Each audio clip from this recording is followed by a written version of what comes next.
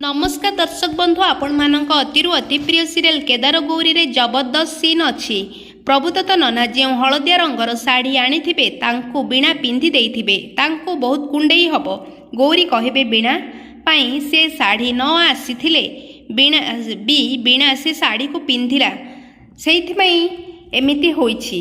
तापरे पीयूष कहिबे मते लागुछि यार चिकित्सा से जानिथिबे जे शाढ़ी आनीथिले माने प्रभुदत्त नना।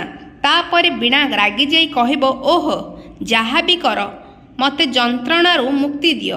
तापर पीयूष ननांक सह फोन रे कथा हेई आसी कहिबे नना कहिले जे बीणा जदि छुआ आशारे से शाढ़ीटा पिंधिथिला ए चिकित्सा भी से छुआ मानक द्वारा हेबो।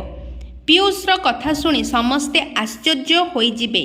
आगको कौन हेबो जानिबा पई आज राति 8:30 रे देखंतु केदार गौरी केवल सिद्धार्थ टीवी रे।